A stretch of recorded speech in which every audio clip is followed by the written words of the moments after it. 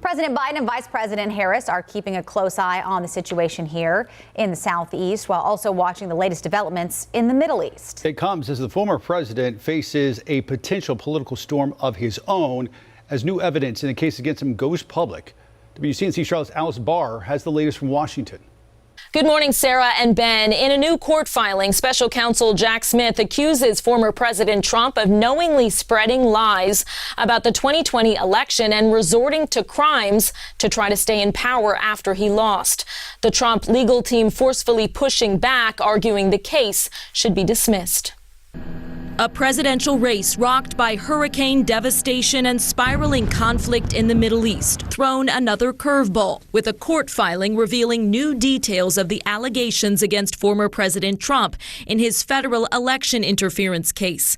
Special counsel Jack Smith seeking to tailor the case to survive a Supreme Court ruling that found presidents cannot be prosecuted for official acts.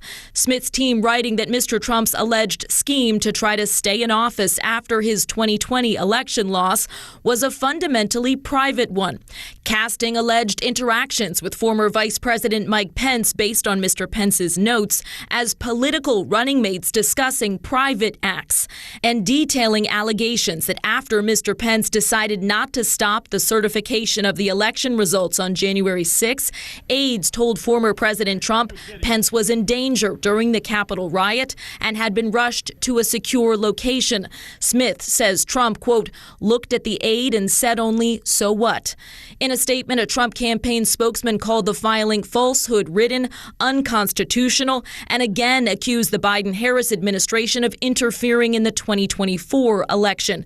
It comes as Vice President Harris in Georgia and President Biden in North Carolina focused on the long road to recovery from Hurricane Helene. We are here for the long haul to get families, to get residents, to get neighborhoods back up and running. Former President Trump visited the storm zone in Georgia on Monday. The federal storm response among the multiplying factors that could impact the presidential race.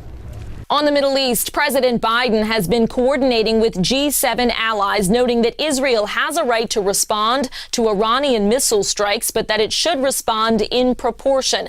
The U.S. trying to exert influence to head off an all-out regional war. In Washington, Alice Barr, WCNC Charlotte.